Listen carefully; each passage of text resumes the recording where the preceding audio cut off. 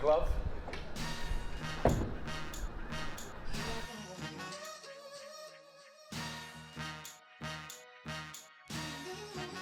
We're back, baby. Let's go. Yes. We are back. So good. Look at this. Yes. It's even comfortable. I can recline. Would you believe it? The band is back together. It's been 10 months since we started this shambles. This is the first show we've ever done in person. The Lord is here, the Hask is here, and we're talking to one of the greats of modern rugby, Sam Warburton.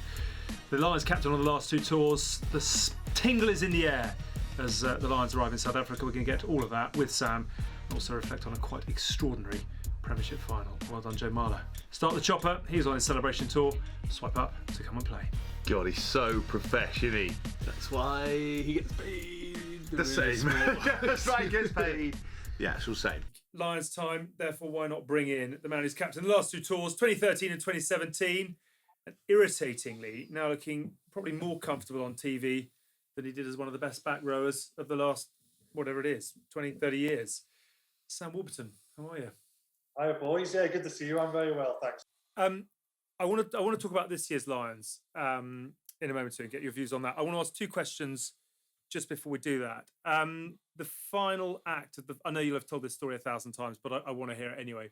The final act of the final test in 2017. He's obviously the sheriff of Carmarthen at Ken Owens. Will you ever buy a pint in that part of Wales again, or have you got free reign to run your sheep through whichever part of the country he owns at any point? How on earth did you get him out of jail in quite such a spectacular fashion? I actually tell this story, and because I think it's quite good for youngsters to hear. So I guess it goes back to, it was actually Roman Poit himself, maybe when I was first captain. I was 22, 23. And you're doing the coin toss. And I was a quiet guy anyway. I never really spoke to referees too much. And he said to me, Sam, you can speak to me twice a half match, 3 times if I'm having a bad game.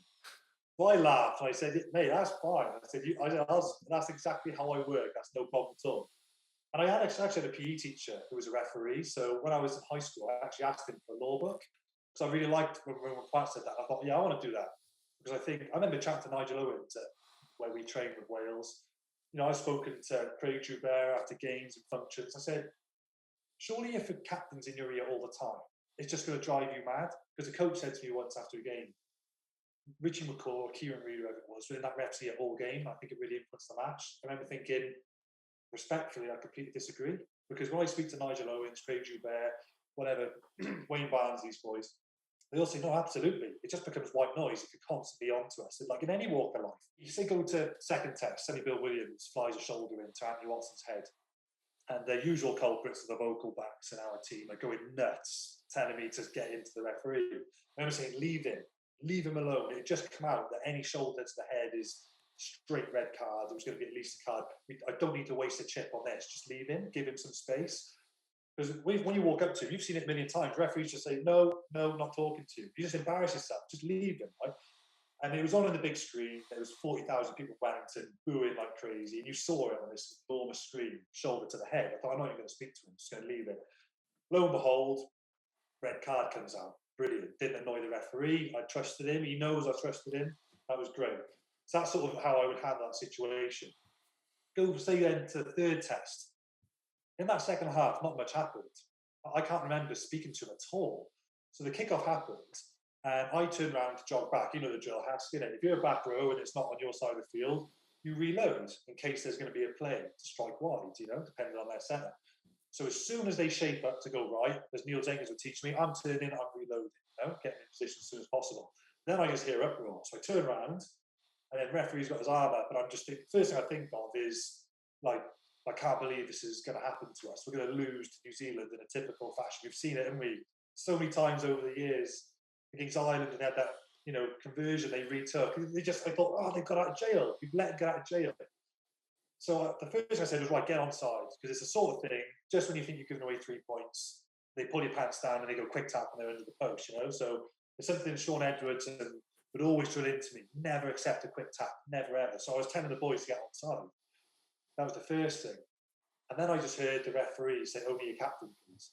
Because I think it was Owen Farrell and Sexton trying to speak to him. I thought, right, I've got nothing to lose. Neil Jenkins normally comes on, tells me what's going on. I had no info from any of the coaches on the side. I thought, right, I got nothing to lose. So I remember wandering up to him. And I remembered the Craig Joubert incident in the World Cup 2015 against Scotland, where he made a decision and people were criticising, well, not saying whether it was right or wrong, but they were criticising it, that he didn't take more time. So I remember thinking, right, if something like this happens again, I think they will take time to make sure they've got the right decision. I didn't know what I was asking for. I might have looked pretty desperate. I remember just walked up to him. I thought, right, I'll walk a car, please. I don't want to panic. I walked up and I remember just saying, you've got to check. You have to check, you know? I didn't know what the hell he was checking for, but I just wanted him to know he'd go back and hopefully find something. God knows what. And then I saw he put his finger to his ear. And I don't know whether that was me or whether that was the fourth official.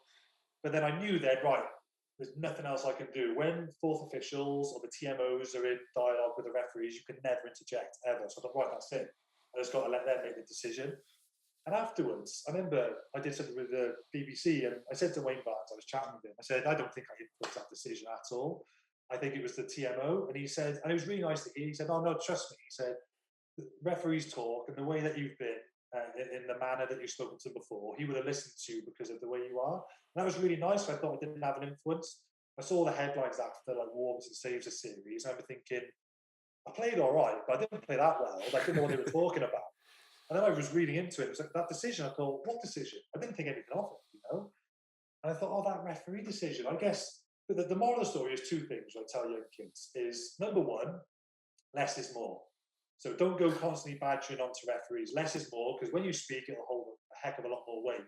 And number two is what my mum always taught me is manners don't cost a penny. Be polite, be courteous, treat people like they're human, how you want to be treated yourself, and you're much likely to get more back. And that was what we always did as the captain. So maybe that was what, you know, managed to sway that decision. Just to get your thoughts on it and obviously very much looking forward to actually getting stuck into it with you at Sky, but have you spoken to Alan Wynne this week? How big a loss, having seen both his leadership, you know, obviously your leadership being Lions, him stepping in Australia, how big a loss is he, do you think, to the Lions? Well, where the Lions are lucky, you know, you've seen it firsthand, is you've got so much experience and leadership.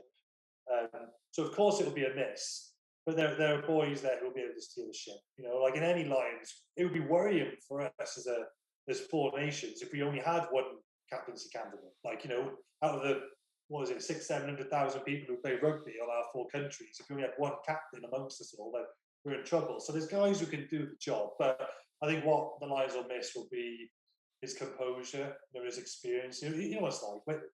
I remember being on the bench on that first test. I looked to my left and it was Ken Owens, you know, Carl Sinclair, Mara Toji, looked to my right, Johnny Sexton, World Player of the Year, Lee Penny, Lions Player of the Series. Like, you know, to have as many of those characters is so reassuring. So, of course, it would have been more reassuring to have them.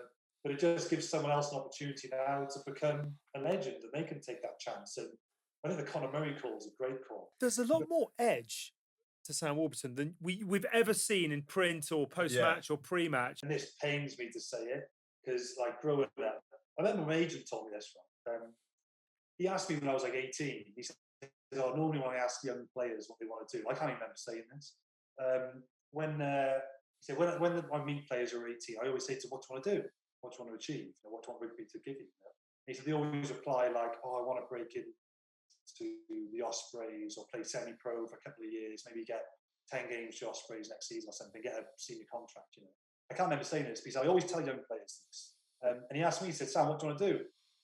And he said, you just look me back in the eye, didn't bat an eye, and just say, I want to be the best seven in the world.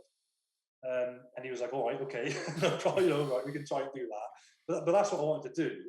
And I guess it pains me because there was moments in my career where I felt I was for a moment in time, but I wasn't the best guy throughout my career. And I got to put my hands up and admit that. I think that's why I say Pocock was phenomenal.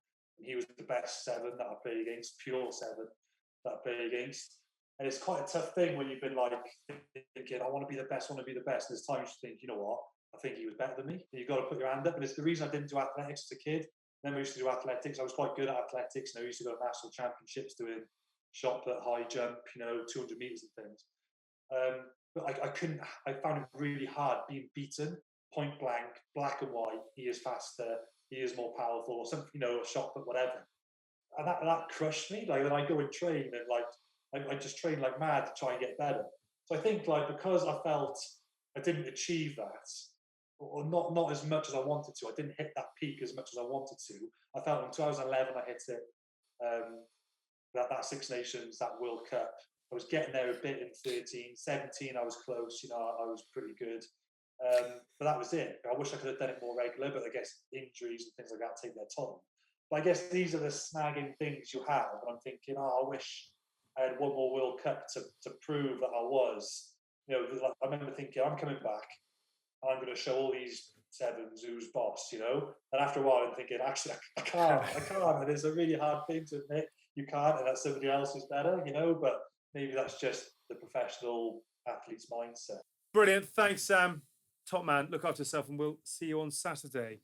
God, he's good. And So actually, good. well, just before we get into that, I mean, it's worth reminding everyone at this point, if you like what Sam does, and if you like the Lions, and frankly, who doesn't, Sky Sports, the only place to watch the tour live over the next few weeks. We've actually also got the South Africa-Georgia game on Friday, if you fancy that as well. First look at the box since they won the World Cup.